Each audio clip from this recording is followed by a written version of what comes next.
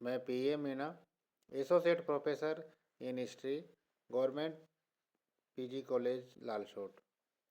विद्यार्थियों, आज हम BA पार्ट 3 आधुनिक विश्व का इतिहास के अंतर्गत जर्मनी के एकीकरण के बारे में चर्चा करेंगे।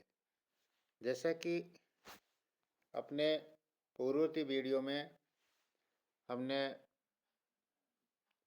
जर्मनी के एकीकरण के बारे में चर्चा की थी, उसी क्रम को आगे बढ़ाते हुए आज हम जो हमारा पिछला वीडियो था उसके आगे से हम चर्चा करेंगे। जैसा कि हमने जो पिछला वीडियो था उसमें जर्मनी के एकीकरण में जो प्रमुख बाधाएं और जो सहायक तत्व थे उनके बारे में चर्चा की थी। आज हम जो जर्मनी एकीकरण में सबसे ज़्यादा जो योगदान बिस्मार्क था उसके बारे में चर्चा करेंगे, जो उसकी रक्त एवं लौह नीति थी। बिस्मार्क का उद्देश्य प्रशा को सर्वश्रेष्ठ सैनिक शक्ति बनाकर ऑस्ट्रिया को जर्मनी से अलग करना था। वह एक ऐसी अंतर्राष्ट्रीय स्थिति उत्पन्न करना चाहता था कि जब ऑस्ट्रिया के साथ प्रशा से युद्ध हो तो पड़ोसी देश कोई उनकी सहायता नहीं करे, और अपने इस उद्देश्य की प्राप्ति के लिए उसने निम्न कार्य किए। पहला, 1863 ईस्वी में जब पोलैंड ने रूस के विरुद्ध विद्रोह हुआ तो बिस्मार्क ने रूस का समर्थन किया। इससे प्रशा और पोलैंड की सीमा पर अपने सैनिक तैनात कर दिए ताकि क्रांतिकारी लोग पोलैंड से भाग न सके। इस घटना से प्रशा और रूस की मित्रता सुदृढ़ हो गई। बिस्मार्क ने फ्रांस के सम्राट से अपने पक्ष में कर लिया। बिस्मार्क नेपोलियन तृतीय को इस बात के लिए सहमत कर लिया कि यदि फ्रांस ऑस्ट्रिया को जर्मनी से बाहर निकालने में प्रशा की मदद करेगा तो उसे राइन प्रदेश दे दिया जाएगा। बिस्मार्क ने इटली के विक्टर इमानुएल द्वितीय को भी इस बात के लिए सहमति कर ली कि यदि इटली ऑस्ट्रिया को जर्मनी से बाहर निकालने में प्रशा की मदद करेगा तो प्रशा वेनेशिया इटली को दिलाने में उसकी मदद करेगा। उपरोक्त कार्य के द्वारा बिस्मार्क ने रूस, फ्रांस और इटली को अपना मित्र बना लिया।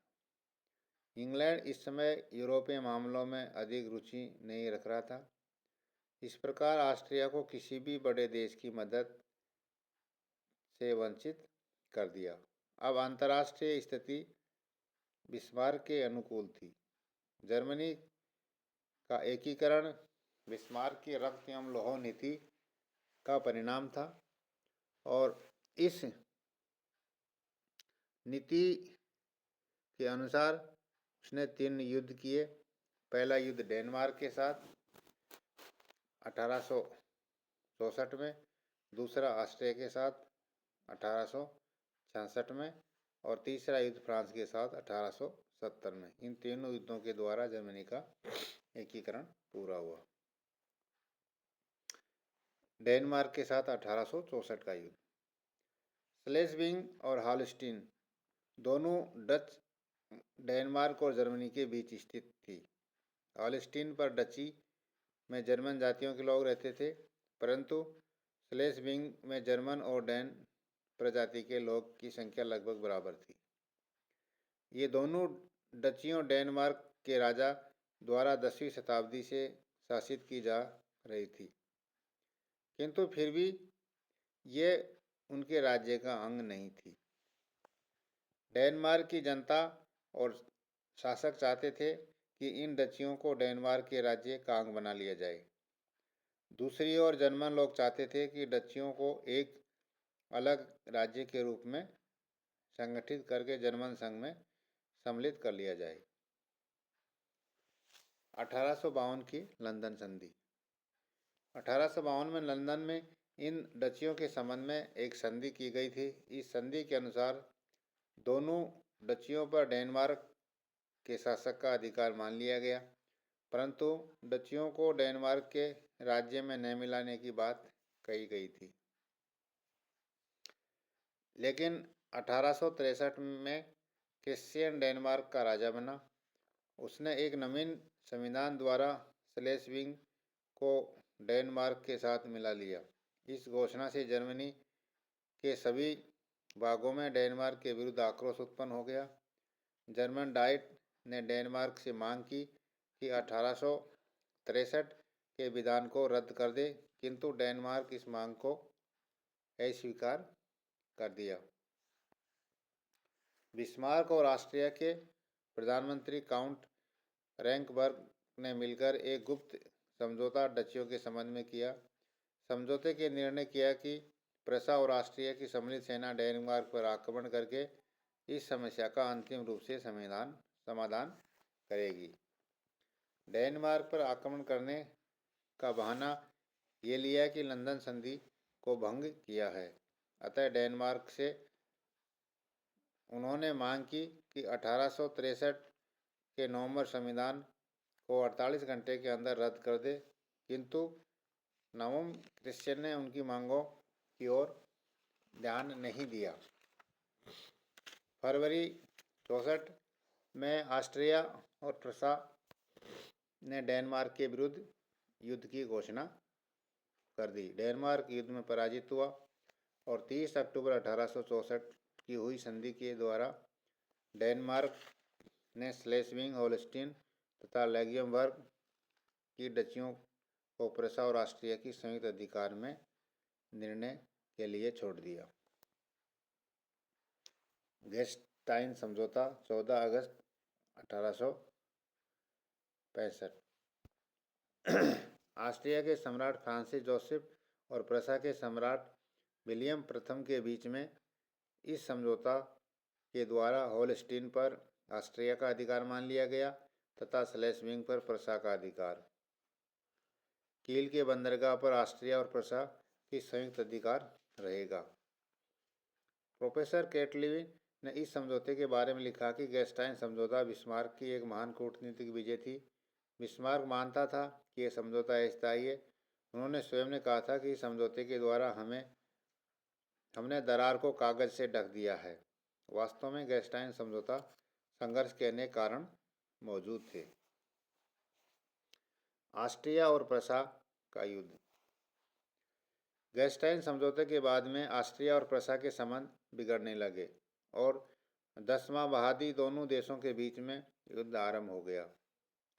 बिस्मार्क जर्मनी के एकीकरण के मार्ग में ऑस्ट्रिया को अपना शत्रु मानता था, अतः वह ऑस्ट्रिया को जर्मनी से निकालकर और प्रूसिया के नेतृत्व में जर्मनी का एकीकरण करना चाहता था।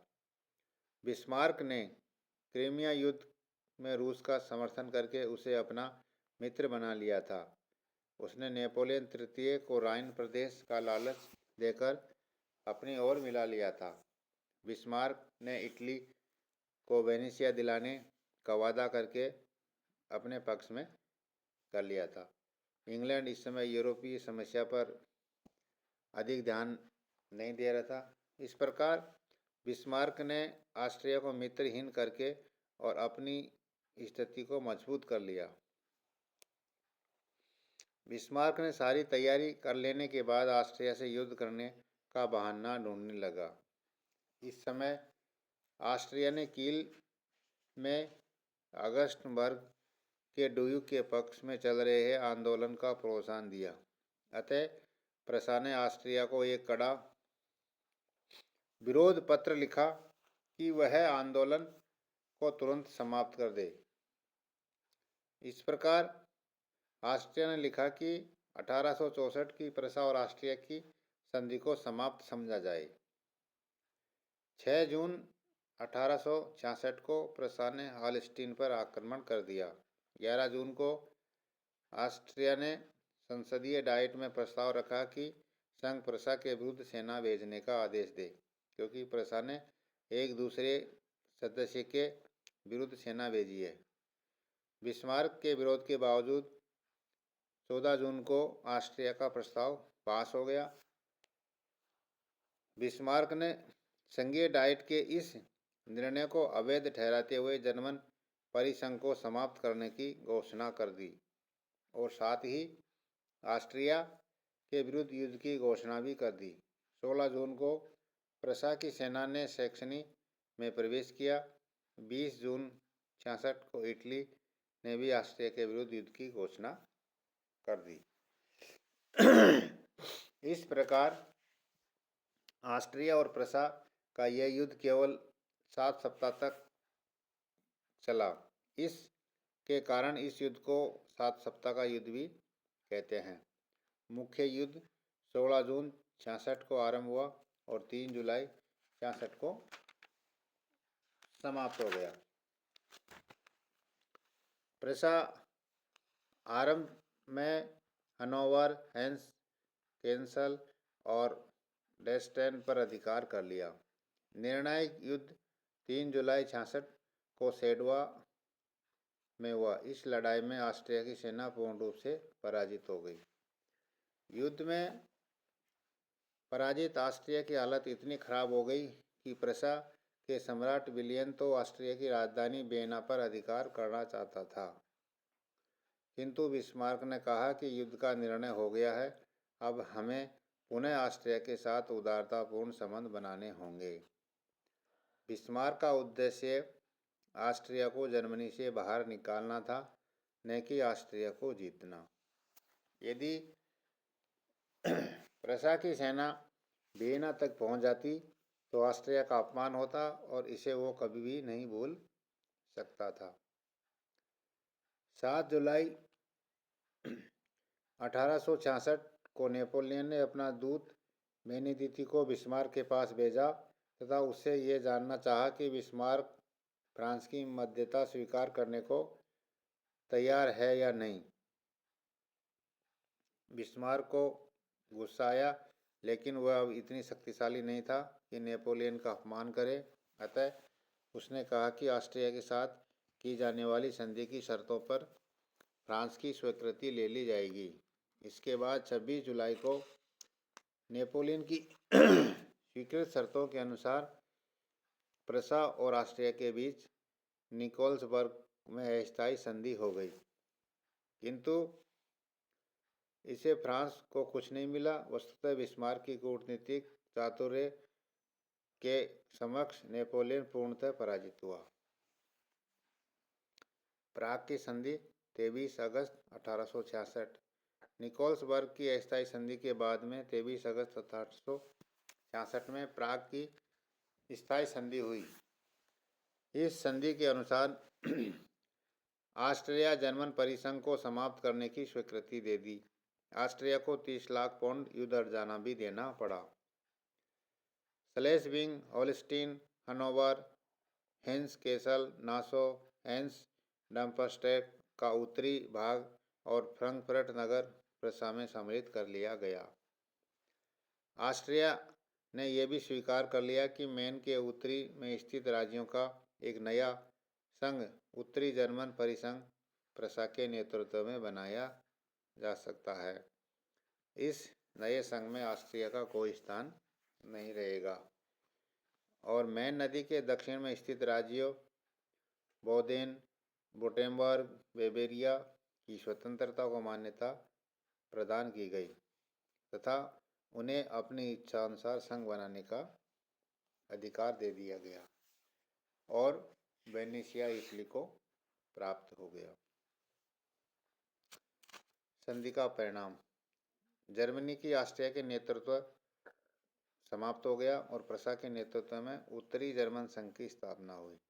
अब प्रशा के नेतृत्व में जर्मनी का एकीकरण का मार्ग प्रशस्त हो गया। इस युद्ध के पश्चात प्रशा को यूरोप का शक्तिशाली एवं महत्वपूर्ण राज्य और बिस्मार्क को यूरोप का सबसे प्रभावशाली राजनीतिज्ञ समझा जाने लगा। इससे ऑस्ट्रिया की प्रतिष्ठा को गहरा आघात लगा। इस संधि के परिणाम स्वरूप फ्रांस की राजनीति पर भी गहरा प्रभाव पड़ा। कूटनीतिक चालों में बिस्मार्क नेपोलियन को हरा दिया। फ्रांस के अनुभवी राजनीतिज्ञ थियर्स ने ठीक ही लिखा है कि सेडोवा में ऑस्ट्रिया की नहीं फ्रांस की हार हुई है। तो इस तरह से ऑस्ट्रिया के साथ जो प्रशा का युद्ध हुआ, इस युद्ध का बहुत ही महत्वपूर्ण परिणाम निकले। अब इस युद्ध के बाद में ऑस्ट्रिया का प्रभाव जर्मन परिसंघ में समाप्त हो गया और अब जो इटली का एक भाग जो वेनेशिया ऑस्ट्रिया के पास था वो भी इटली को मिल गया और इस तरह से ये युद्ध जर्मन एकीकरण की दृष्टि से बहुत ही महत्वपूर्ण है। आज का वीडियो अपन यहीं पर समाप्त कर